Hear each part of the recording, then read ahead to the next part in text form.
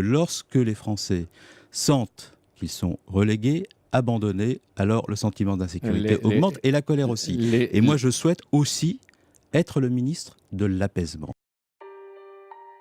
Il est très exactement 2h03 le dimanche 26 octobre quand les gendarmes comprennent que Rémi Fraisse est mort. Je n'ai jamais donné de consignes de fermeté. J'ai donné des consignes d'apaisement.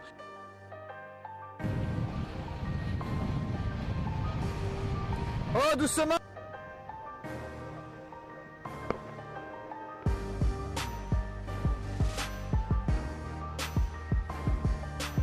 On a filmé, je sais pas. Envoyer des grenades à la gueule d'eau. Vite, sortez. Arrête. C'est quoi ça? Ah! Non mais ça va pas! Non mais ça va pas! T'as pas mis ta main, t'as pas mis ta main, t'as pas mis ta main! S'il n'y avait pas eu ces casseurs à Sivins, Rémi Fraisse ne serait pas mort. Je pense qu'on entend suffisamment le pneu qui se dégonfle.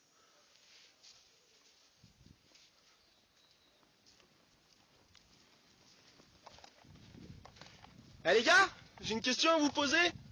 Elles sont où les affaires personnelles? Alors le sac à dos, le duvet, la toile de tente, c'est passé où? C'est dans le feu là que je viens de voir? Moi j'aimerais bien savoir ce que vous avez fait de nos affaires. Ah! Cette décision n'est pas une surprise, mais elle signe l'enterrement de l'affaire Rémi Fraisse. Les deux juges d'instruction qui enquêtaient sur la mort du jeune militant écologiste ont rendu une ordonnance de non-lieu en faveur du gendarme ayant tiré la grenade, refermant ainsi ce dossier sensible. Jeudi dernier, vers 17h à Aulnay-sous-Bois, 4 policiers interpellent Théo, 22 ans, ici en bleu. Ils sont accusés d'avoir gravement blessé le jeune homme à coups de matraque. Après son interpellation, le jeune homme est opéré d'urgence pour une déchirure anale de 10 cm.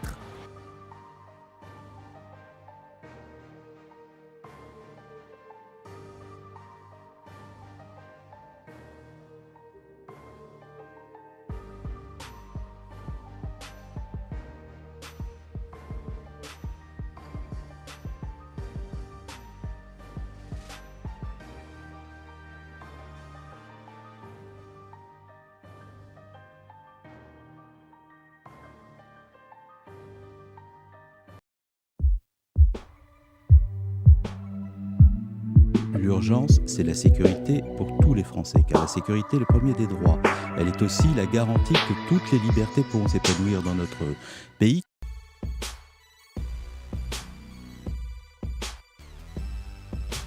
Près de 600 armes à feu ont été saisies, dont 77 armes de guerre.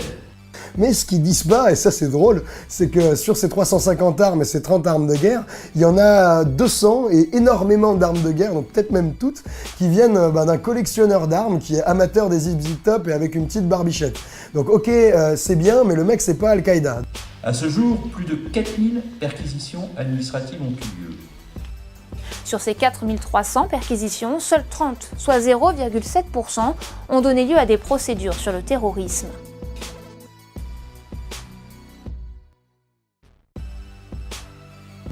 Il n'y a pas de surveillance de masse de la part des services français et il n'y a pas, pour ce qui concerne le territoire national, de collecte massive de données.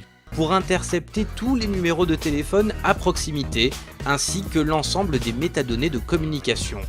Les autres clients du bar qui ne sont pas concernés par l'affaire voient également leurs métadonnées recueillies, alors imaginez un peu ce que cela pourrait donner dans une manifestation par exemple. La boîte noire. Tout le trafic internet, avec l'aide contrainte des opérateurs, transitera par ce gigantesque filet qui retiendra dans ses mailles tout comportement qu'il juge suspect. Il n'y a aucune disposition dans ce texte de loi, aucune, qui soit attentatoire aux libertés. Or, la nouvelle loi prévoit de remplacer ce juge par une nouvelle agence, chargée de contrôler le travail des services de renseignement. Cependant, de nombreux juges estiment que cette nouvelle agence ne sera pas vraiment indépendante du gouvernement. Les services de renseignement auraient donc le pouvoir de surveiller des terroristes, mais peut-être aussi des opposants politiques ou des journalistes.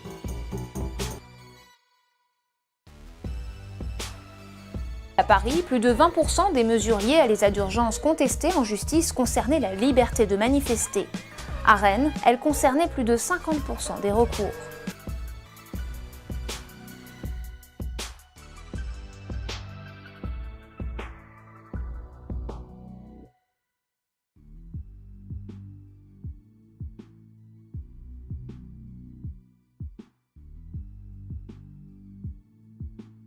Regarde ce qui se passe.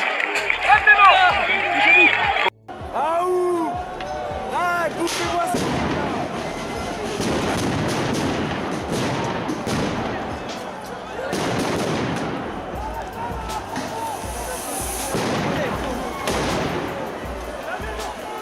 Moi, je suis casse-couille, je suis une femme.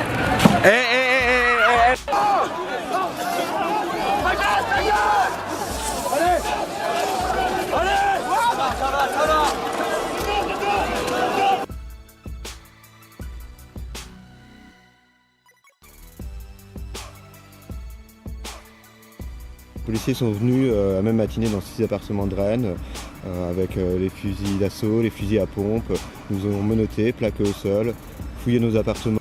Objectif, empêcher ce militant écologiste d'aller manifester à Paris en marge de la COP21. La réalité, c'est qu'on les assigne à résidence non pas pour ce qu'ils ont fait ou ce qu'ils ont prétendument fait, mais pour ce qu'ils sont ou ce qu'ils sont supposés être. C'est ça le vrai problème. C'est qu'on n'est pas sur des faits, et là, on est véritablement dans un état qui n'est plus un état de droit.